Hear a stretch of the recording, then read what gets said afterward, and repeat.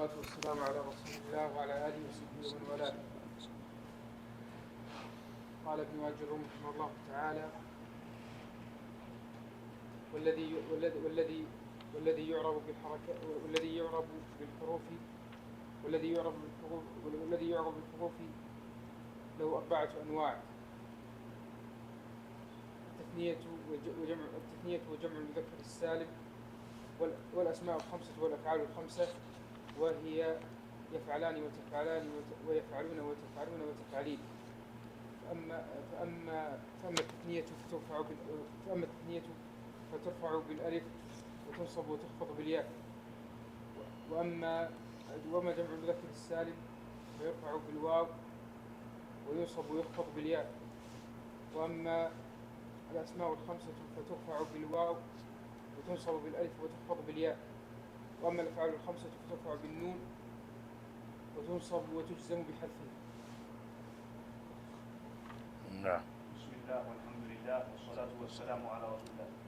قال ابن أجرم رحمه الله تعالى: باب الأفعال. الأفعال 3: ماض ومضارع وأمر، نحو ضرب ويضرب واضرب. فالماضي مفتوح الآخر أبدا، والأمر مجزوم أبدا، والفعل المضارع ما كان في أوله إحدى الزوائد ال4 يجمعها قولك أنيت، وهو مرفوع حتى يدخل عليه ناصب أو جازم. نعم.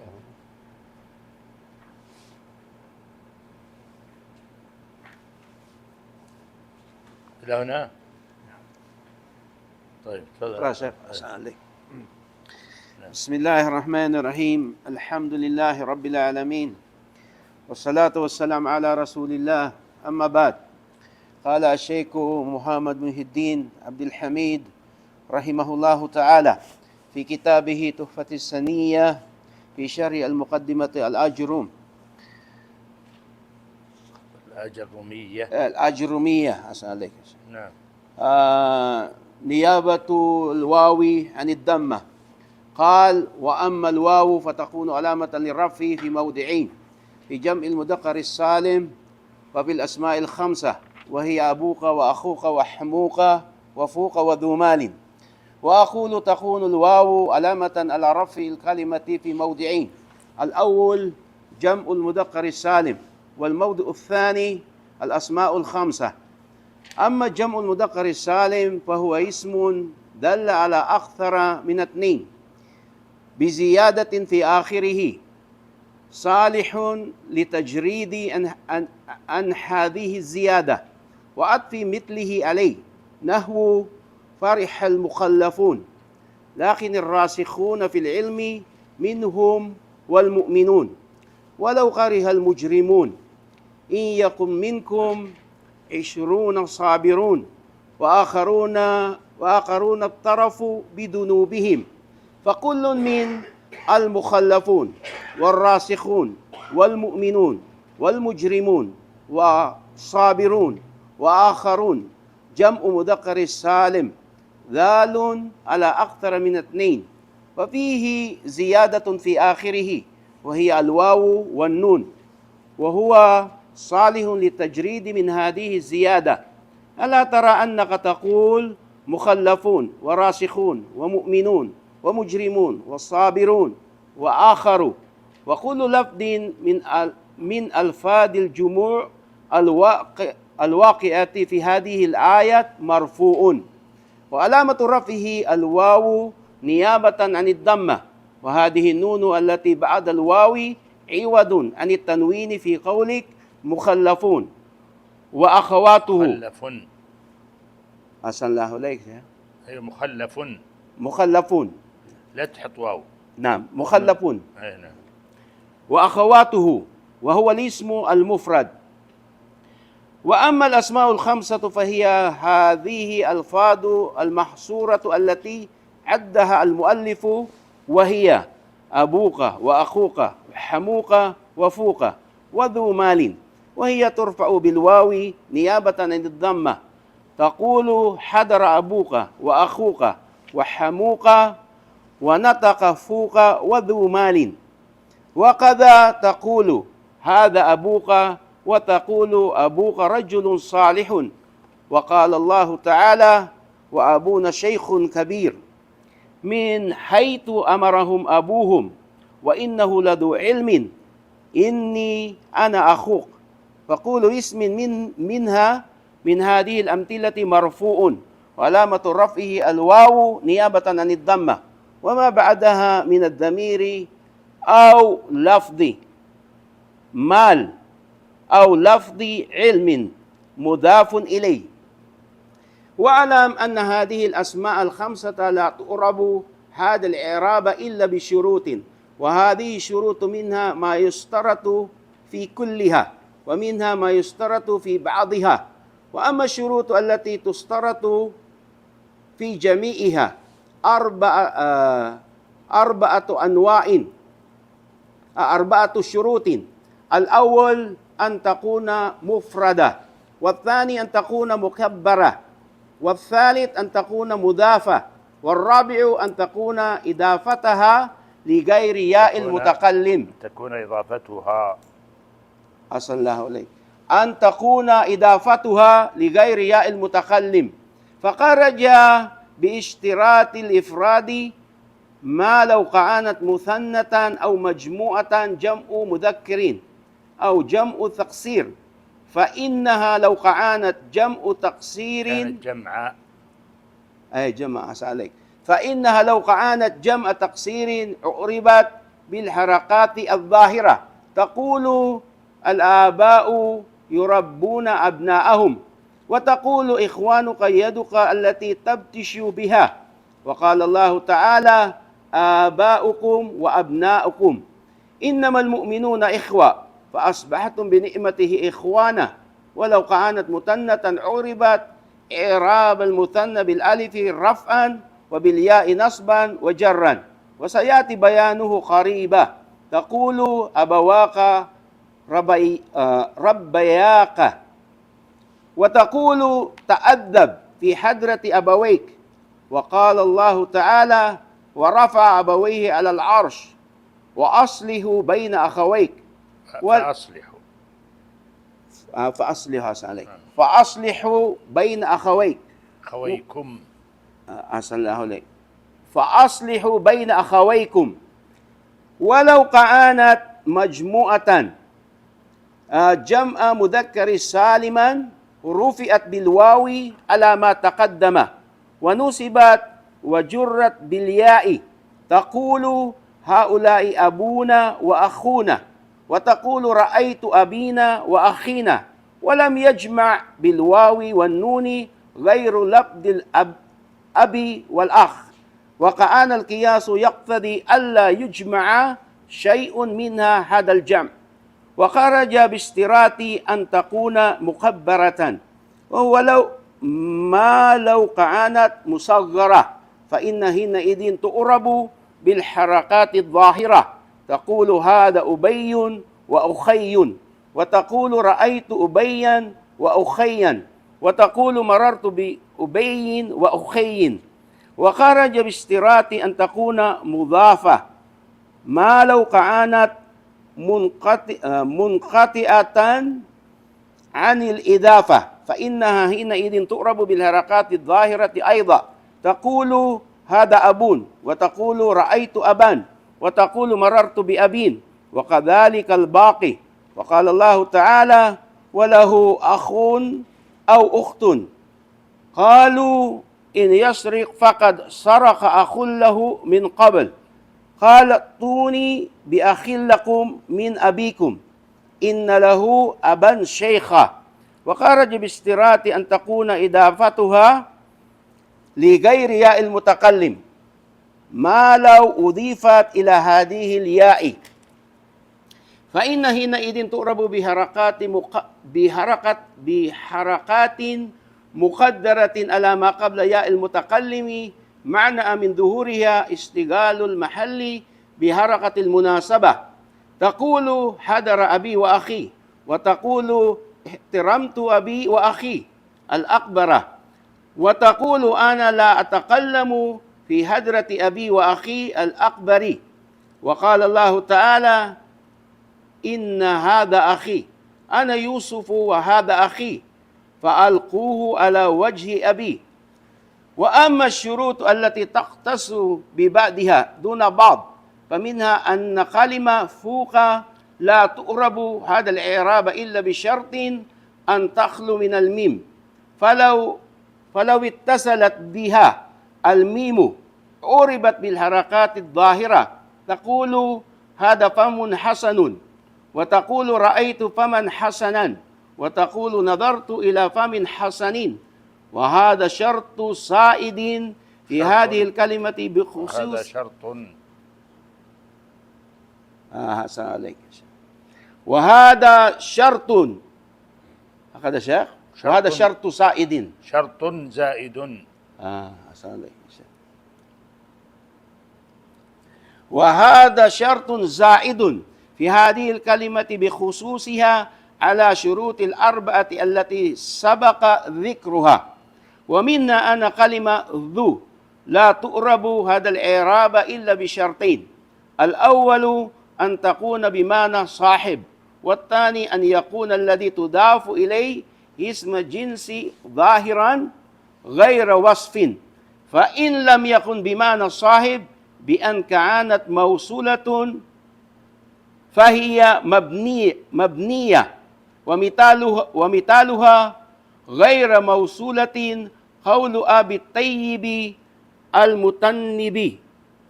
هكذا شيخ. متنبي ذو العقل يشقى في النعيم بعقله، وأخو الجهالة في الشقاوة ينعم. وهذه شرطان زائدان في هذه الكلمة بخصوصها على شروط الأربعة التي سبق ذكرها. بسم الله الرحمن الرحيم. الحمد لله رب العالمين، صلى الله وسلم على نبينا محمد وعلى آله وصحبه أجمعين. اللهم علمنا ما ينفعنا وانفعنا بما علمتنا وزدنا علما يا رب العالمين. سبحانك لا علم لنا إلا ما علمتنا إنك أنت العليم الحكيم. قال المؤلف رحمه الله تعالى: وأما الواو فتكون علامة للرفع في موضعين في جمع المذكر السالم وفي الأسماء الخمسة، وهي أبوك وأخوك وحموك وفوك وذو مال. لما ذكر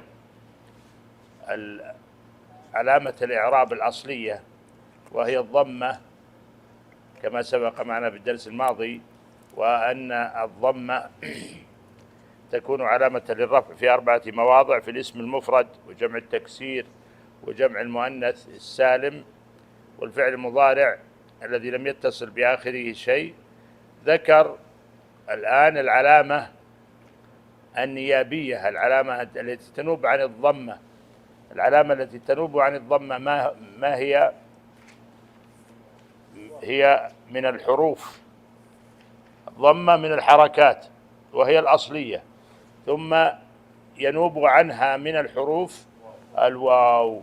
فذكر في هذا الباب أو في هذا الدرس الواو ومتى تكون علامة للرفع، فذكر أنها تكون علامة للرفع في موضعين: في جمع المذكر السالم، جمع المذكر السالم، وهذا الجمع أحد أنواع الجموع كما سبق معنا.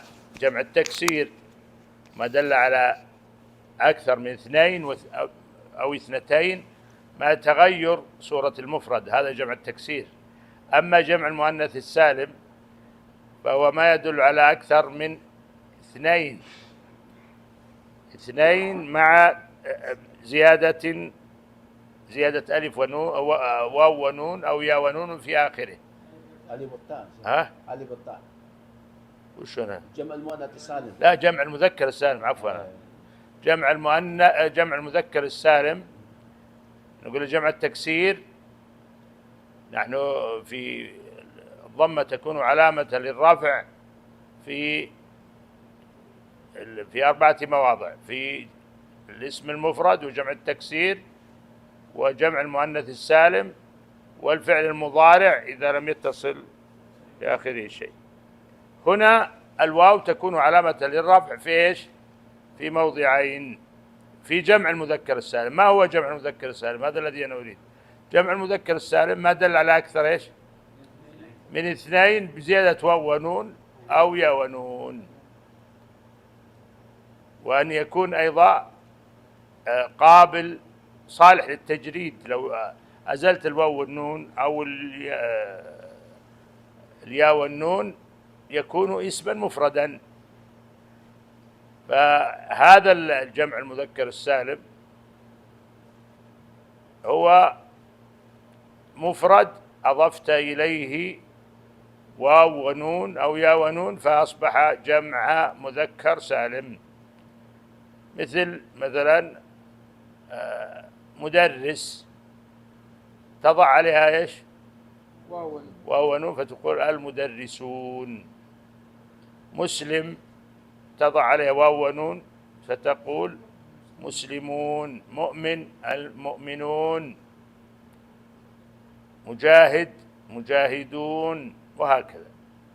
طبعا هذا وجاهدون في الرفع، وفي الياء والنون ليش للجر للنصب والجر. فإذا الجمع المذكر السالم هو ما دل الاسم الذي يدل على أكثر من اثنين فقط، اثنين مذكر لأنه مذكر مع الزيادة في آخره واو ونون أو يا ونون، وأن يكون صالح للتجريد من هذه الزيادة، وأن يصح عطف مثله عليه. هذا هو جمع المذكر السالم. فالواو هنا في الجمع المذكر السالم هل يرفع بالضمة؟ لا، يرفع بالواو نيابة عن الضمة. تنوب الواو عن الضمة في مثل الجمع المذكر السالم. فإذا قلت جاء المدرسون فجاء فعل ماض والمدرسون فاعل مرفوع بالضمة؟ لا. طيب الضمة هي علامة الرفع، فنقول الضمة نعم علامة الرفع الأصلية، لكن هنا ناب عن الضمة الواو لأنه جمع مذكر سالم، فأصبح يعرب بالحروف بدل الحركات. واضح؟ هذا هو الموضوع الأول مما تنوب عن الواو عن الضمة فيه. الموضوع الثاني الأسماء الخمسة، يعني أسماء خمسة محصورة تعرب بالحركات وتعرب أيضا عند الرفع بالواو، فهي كجمع المذكر السالم في أنها تعرب بالواو بالحركات وبالواو رفعا. وهذه الأسماء الخمسة هي أبوك وأخوك وحموك وفوك وذو مال، ويعني ذو مال هو ذو وليس المال، لكن هو هذا أراد أن يبين ذو التي بمعنى صاحب وليست ذو الموصولة. إذن الأسماء الخمسة هذه أيضا تعرب بالحروف، فتعرب بالواو رفعا. وهذه الأسماء الخمسة سيأتي شرحها، سيعود المؤلف رحمه الله إلى شرحها مرة أخرى وبيانها. فهذه الأسماء الخمسة ذكر الشارح أن لها شروط، يعني حتى تعرب بالحركات، فقال أن تكون مفردة، يعني إذا جاءت مثنات لا تعرب. إذا قلت جاء أبواك هذا مثنى، فأبواك هنا إذا قلت جاء أبواك ما إعرابها؟ فاعل مرفوع، ما تقول بالواو لأنه من الأسماء الخمسة، لا تقول فاعل مرفوع بإيش؟ بالألف لأنه مثنى. فلا بد أن تكون مفردة، يعني ليست مثنات ولا مجموعة. الثاني أن تكون مكبرة، يعني إذا صغرت فإن لا تعرب بالحروف.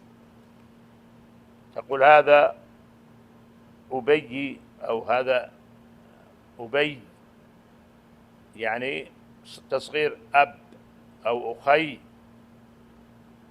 فلا بد أن تكون مكبرة. إذا صغرت فإنها تعرب بالحركات. وأن تكون مضافة، يعني من جزئين. أبوك هي جزء واحد أم جزءان؟ جزءان. ما الجزء الأول؟ أبو. والجزء الثاني الكاف. فأبو مضاف والكاف مخاطب مضاف إليه، فلا بد أن تكون مضافة. أبوك، أخوك، حموك، وهكذا. الرابع أن تكون إضافتها إلى غير ياء المتكلم، يعني أن تكون مضافة إلى غير ياء المتكلم. فإن أضيفت إلى ياء المتكلم فما إعرابها؟ تعرب بضمة مقدرة منع من ظهورها اشتغال المحل بحركة مناسبة. هذا أبي، أبي، أخي. واضح؟ فهذه شروط حتى تعرب الأسماء الخمسة بالحركات وتعرب. فإذا تمت هذه الشروط أعربت بالحركات وأعربت بالواو رفعا وبإيش؟ بالألف نصبا وبالياء جرا. وقد اجتمعت هذا الإعراب في قول الله عز وجل في سورة يوسف. وش الآية التي اجتمعت في إعراب الأسماء الخمسة في آية واحدة؟ من يذكرنا؟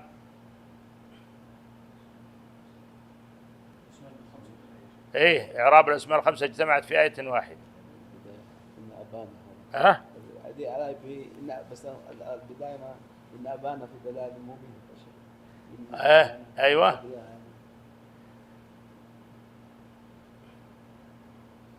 ليوسف وأخوه أحب إلى أبينا منا ونحن عصبة إن أبانا لفي ضلال مبين. إن ليوسف وأخوه. أخوه هنا هو إعراب الرفع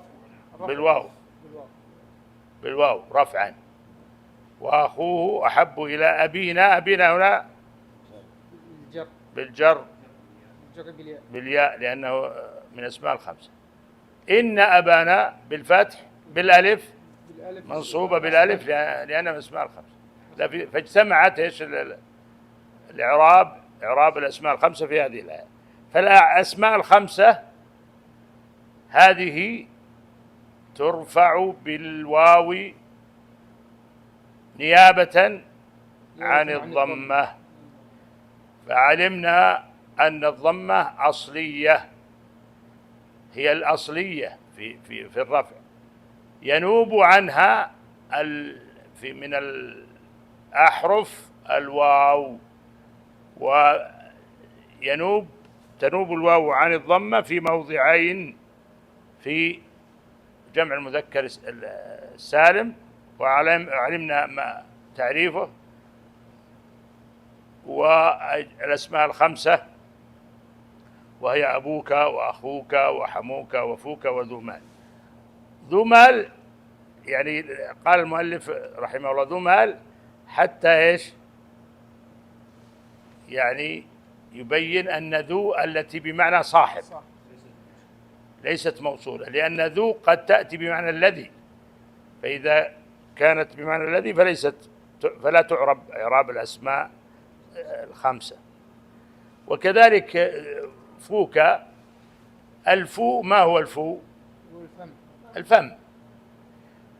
فلا بد أن تكون لو جاءت فم بالميم بدل الواو ضم أصلي ضم فإنه لا يعرب بإعراب الأسماء الخمسة. وفو حيث الميم منه بان، يعني لا بد أن إيش يكون فو، ما هو فم. فو غير فم، المعنى واحد، الفو هو الفم، لكن فو هي التي تعرب إعراب الأسماء الخمسة. أما فم فتعرب بالحركات، فمن وفمن وفمن، نظرت إلى فم، وهذا فم، و إيش رأيت فمن.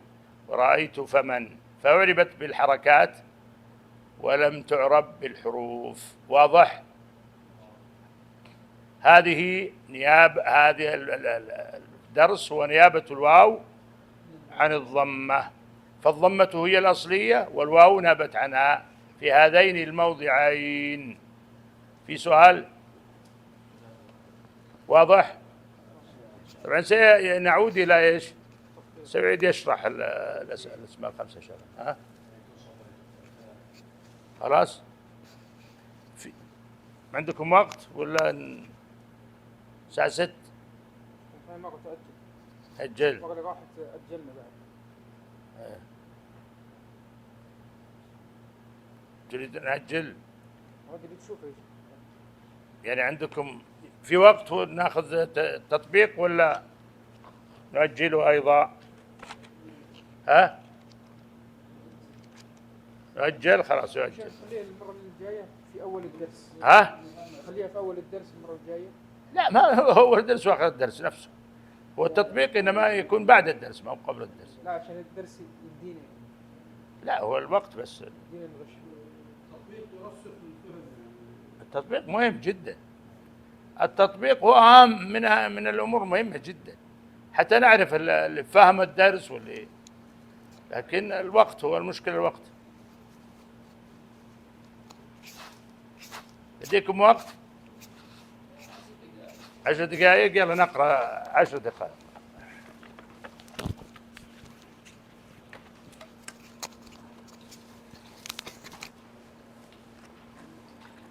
أبو إبراهيم يميل إلى التطبيق، جيد، جزاك الله. نعم، تفضل.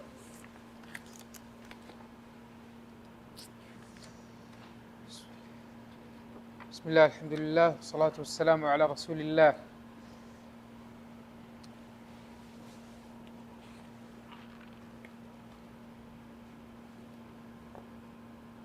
صفحة كم؟ هنا 9. نعم. وتردى. وتردى، يلا يا عبد العزيز بسرعة. في القراءة ولا في التطبيق؟ اقرأ وتردى. نعم. في التطبيق تعدينا. وكانت هذه الكاهنة قالوا كاهنة بني سعد هذيم. قال عبد المطلب صفحة نعم. كم؟ صفحة 10. 10. ها. ايه. وكانت هذه الكاهنة بأشراف الشام، فركب عبد المطلب معه نفر من بني أمية، وركب من كل قبيلة من قريش النفر، فخرجوا والأرض إذ ذاك مفاوز، حتى إذا كانوا ببعضها نفذ ماء عبد المطلب وأصحابه، فعطشوا حتى استيقنوا بالهلكة، فاستسقوا من معهم فأبوا عليهم وقالوا إنا بمفاوز وإنا نخشى على أنفسنا مثل ما أصابكم.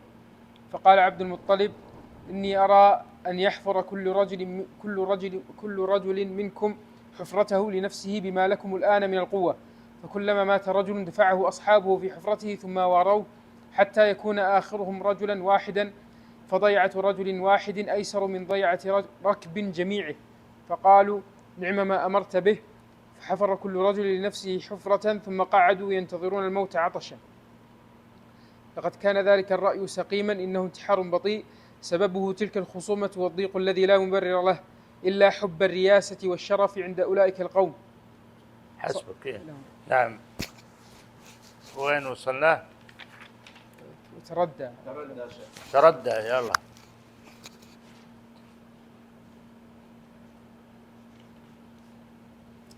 ما مع. ايوه، تردى يا عبد المجيد. تردى تردى هذه فعل. فعل. كيف عرفت؟ يقبل قد تردى. نعم. تردى. تردى من أي الأفعال يا عبد المجيد؟ تردى فعل ماضي. فعل ماضي. والمضارع منه يتردى. إيه. والأمر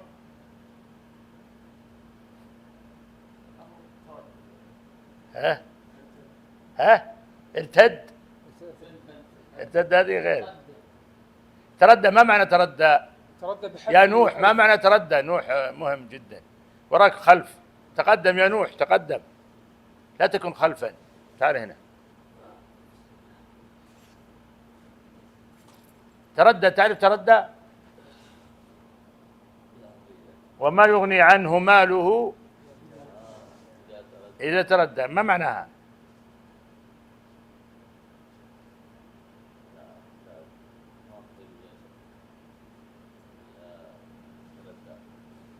تردى يعني ايش؟ هلك. هلك. تردى تقول تردى في حفرة يعني سقط وهلك فيها.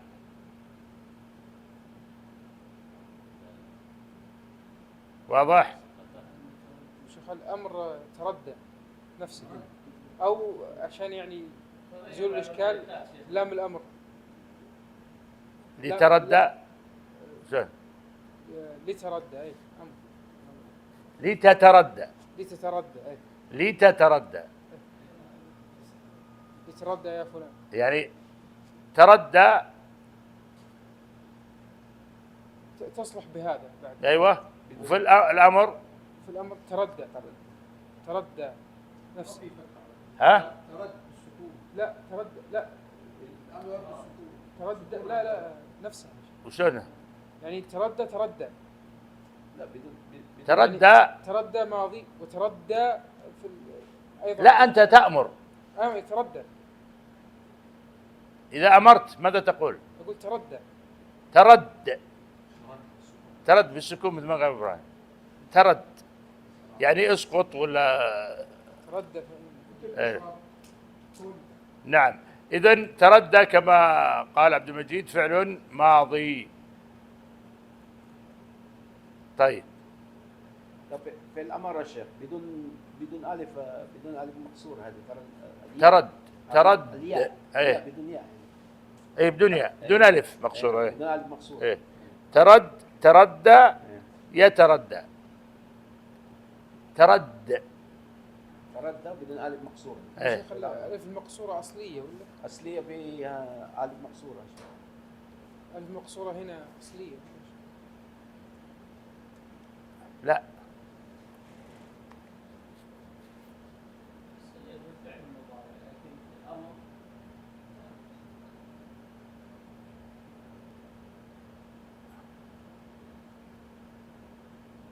يعني كل أو إيه. مثل- ها؟ مثل ما مثل أبو إبراهيم شو الأمثلة اللي قلتها يا شيخ؟ كل إيه؟ كل هنا يا شيخ ما فيها الياء مو بأصلية، يعني كلي أو كلوا ما هي أصلية. يأكل الهمزة أصلية واحد يأكلوا. أنا أقصد الهمزة يأكل. لا يعني من الحرف الأخير أصلي. تردى فعل ماضي. يعني أنت تردى فعل ماضي مثل ما ذكر عبد المجيد. يتردى فعل مضارع. ترد فعل أمر. ترد يعني مجسوم يا شيخ ولا بتسديد الدال؟ ها؟ يعني نقول بتسديد الدال يعني إذا قلنا ترد لا بالسكون. بالسكون يعني. ايه. أو هل هي بالسكون أو بالكسر تردي؟ يا شيخ يا بالسكون يا بالشدة، شدة وفتحة ما هي مد يعني. تردى يا فلان كذا. طيب لعلك تشوفها لنا يا عبد. أبشر. هذه مشكلة.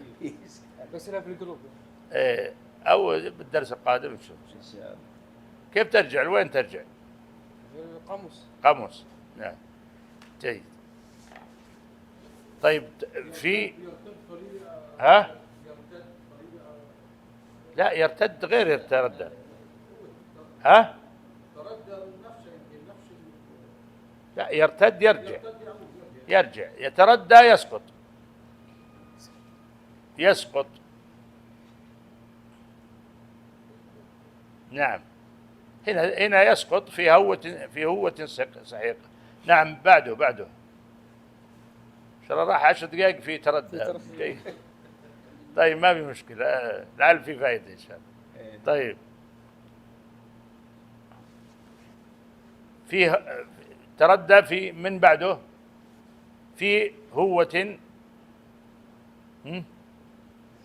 ها يا محمد، في هوة. اي، هل هي اسم ولا فعل ولا حرف؟ ها؟ ايش؟ اسم مجرور. اذن هو اسم لانه سبق حرف جر، فهي يقول محمد انها اسم. سحيقة، سحيقة يا عبد المجيد. ايه، اسم، لأن تقبل الألف واللام فتقول السحيقة.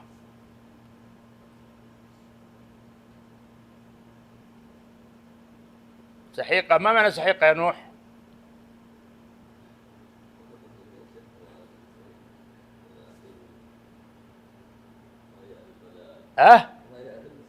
سحيقة، سحيقة. ومن يشرك بالله فايش؟ كأنما خر من السماء فكأنما خر من السماء أو تهوي به الطير تخطفه الطير أو تخط ايش؟ تخطفه الطير أو تهوي به ايش؟ مكان سحيق. أو تهوي به الريح في مكان سحيق. في مكان سحيق. ومن يشرك بالله فكأنما خر من السماء تخطفه الطير أو تهوي به الريح. فتخطفه الطير أو تهوي به الريح في مكان سحيق.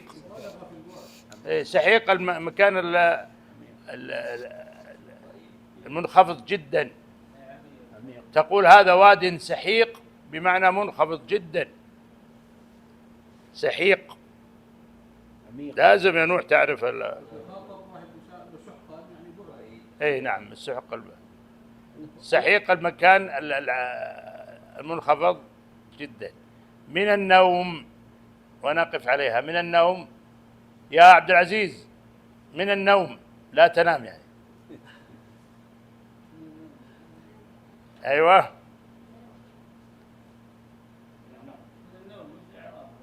من النوم. ايه، النوم هنا، النوم ما هو؟ حرف جر. والنوم اسم، يعني النوم اسم. وهنا له وجدنا علامتين، حرف الجر وش العلامة الثانية يا عبد العزيز؟ الألف واللام. أحسنت، الألف واللام. لا، ما في كلمة. إذن من النوم وتردى في هوة سحيقة. من النوم، نقف على هذا. ونبي تردى فعل الأمر من تردى يا عبد العزيز. جيب لنا مفصلا إن شاء الله.